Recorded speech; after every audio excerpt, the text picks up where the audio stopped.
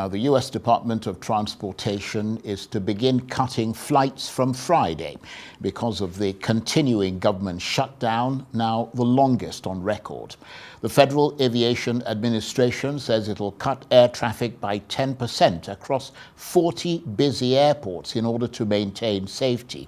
Air traffic controllers have been working without pay for more than a month, and some are now calling in sick.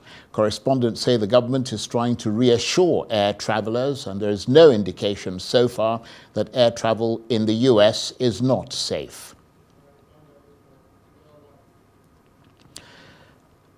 Well, the Federal Aviation Authority will cut flights by 10% at 40 airports due to this government shutdown. I think we already sort of mentioned that. For more on this, I'm joined now on the line from Washington, D.C. by Arise special correspondent James Blue. James, thank you very much indeed for joining us. So give us a bit more detail about this announcement and what it means. Well, Charles, the announcement really is a big indicator that the shutdown is having an impact on the nation, and there's an attempt to try to figure out how to control it.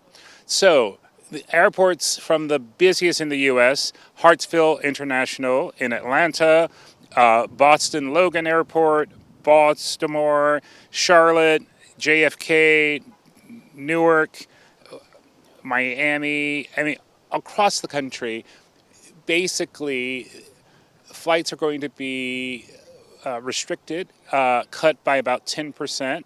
And people are saying, if you do not have to travel, please do not go.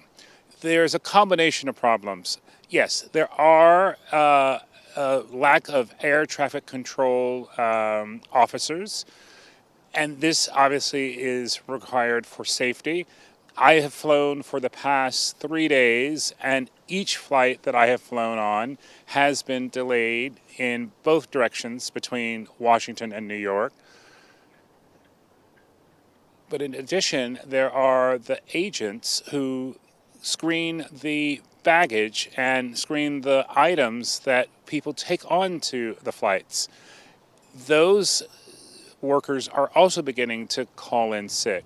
And so Newark Airport has put out a warning for tomorrow that getting through the actual airport is going to take 3 hours.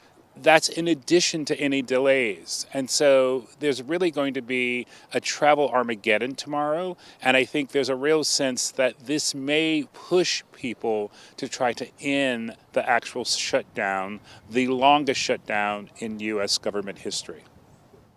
Indeed. And of course, air travel, James, is such a big thing in the US. I mean, this is going to be perhaps the first time the government shutdown really hits home for quite a lot of people. Yeah, I mean, it has kicked home in the past, but it hasn't been nearly as substantial. Like there have been, and please, I don't want in any way to downplay people not getting their benefits for the support for families who need food, people not getting their heating oil to heat their homes. Those are real life, real world impacts. Head Start programs across the country not actually opening because of funding. But the thing about air travel, it's probably the broadest and the most impactful result of the shutdown, and the burden will be shared by everyone. Everyone who travels will have to pay a price. Even people flying privately. Yes, the list includes a number of commercial and a number of airports that serve commercial airliners. But in terms of airliners who are flying privately, they too are going to be delayed. And it's really going to be travel Armageddon, travel chaos. Everyone is suggested, please stay home if you can. And James, is there any progress or any sign of progress on resolving the shutdown at all, or no sign at the moment? Well, we're here at the U.S. Capitol. The Republicans, members of the U.S. House, that's the lower chamber of the U.S. Congress, they are not here in Washington. Their leader has kept the House out of session. He is the Speaker of the House for the entire U.S. House of Representatives. He has kept the House dark. And many of the constituents, many of the representatives in the Republican Party are actually at home.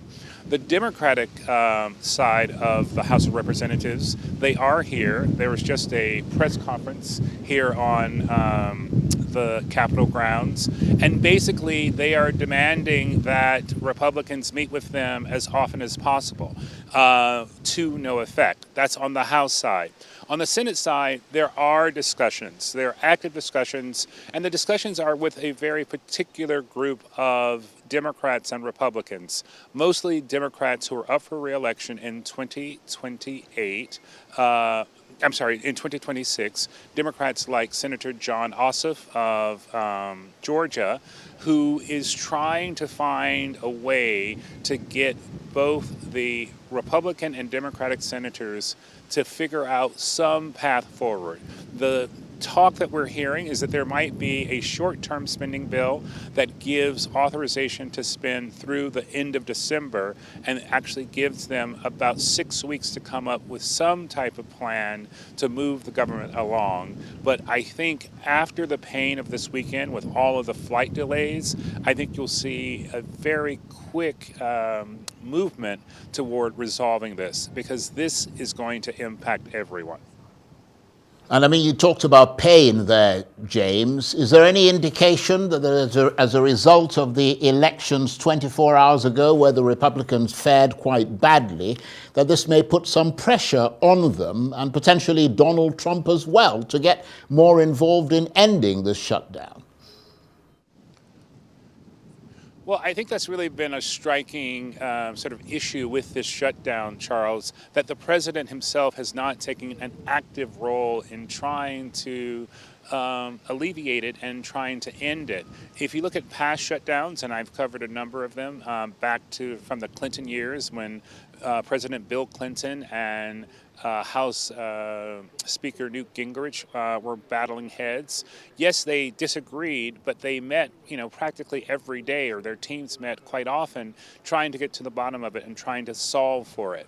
Yesterday, President Trump met with the leadership of the Republican congressional team at the White House. They met for breakfast yesterday morning and had a really long session, and basically recognizes that the shutdown costs Republicans across the country.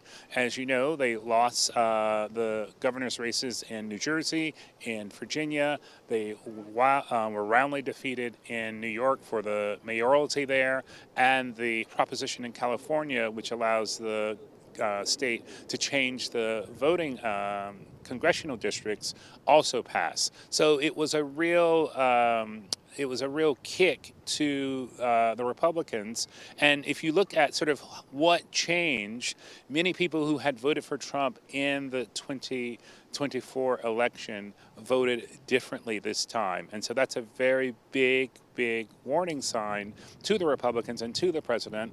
And if you look at some of the exit polls, look at some of what the sentiment that we've sort of been hearing about and learning and reporting, people are not happy with the direction of the country.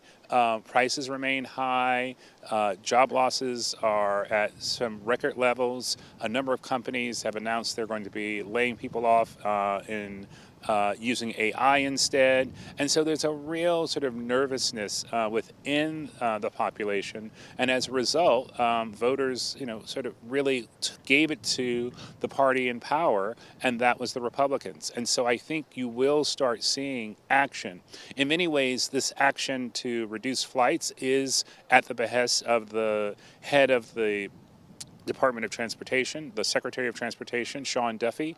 And, if you were trying to win people over, this certainly isn't the way to do it. He claims, and we have to believe him, that he's doing it for safety, and we'll see how safe that makes people. It may make them safe in the sky. I don't think it's going to make them very safe politically. And I mean, speaking much more broadly, James, what's your sense of where the American people are allocating blame for the shutdown? Is it pretty much split along party lines? Charles, I don't think it's split along party lines. You have a Republican White House, you have a Republican Senate, and you have a Republican House. They are in charge, and they sort of control and run the government. The real reason why nothing has been able to pass is because of the sacred filibuster in the U.S. Senate. That is the measure that requires at least 60 votes, which requires some Democrats to vote with the Republicans to move anything forward and to actually pass things into law. So far, there have not been enough Democratic defectors to make this possible or to have it happen, and as a result, we are in this stalemate. So for now, it seems that the voters and that the populace is really sort of blaming Republicans. And as you may know, the big issue for the Democratic holdouts is that there's really quite popular program, the Obamacare, and the subsidies that the Obamacare provide to people of all income levels, mostly lower and sort of lower middle class income levels. Those subsidies are set to shrink, which means people's medical premiums are going to go much, much higher. And in many ways, those voters are Trump voters. And so what the Democrats have been really doing is saying, we want to save you from yourself. We really need to figure out a way to keep these subsidies so the people who have voted for you, the people who enjoy Obamacare, can continue to enjoy it. President Trump, from his first term, has said he wanted to come up with some program that would replace Obamacare. He still has not done it. And for now, the reliance on really large numbers of American people for Obamacare and the way it is, the way the system has improved hospitals around the country, that is the Democrats' main point, and that's what they're driving home. And for now, that is what is keeping them in the support of the American public over their Republican counterparts. But again, that could change at any moment. Well, I have to say it sounds monstrously complicated, but really quite interesting the way you tell it. James, thank you very much.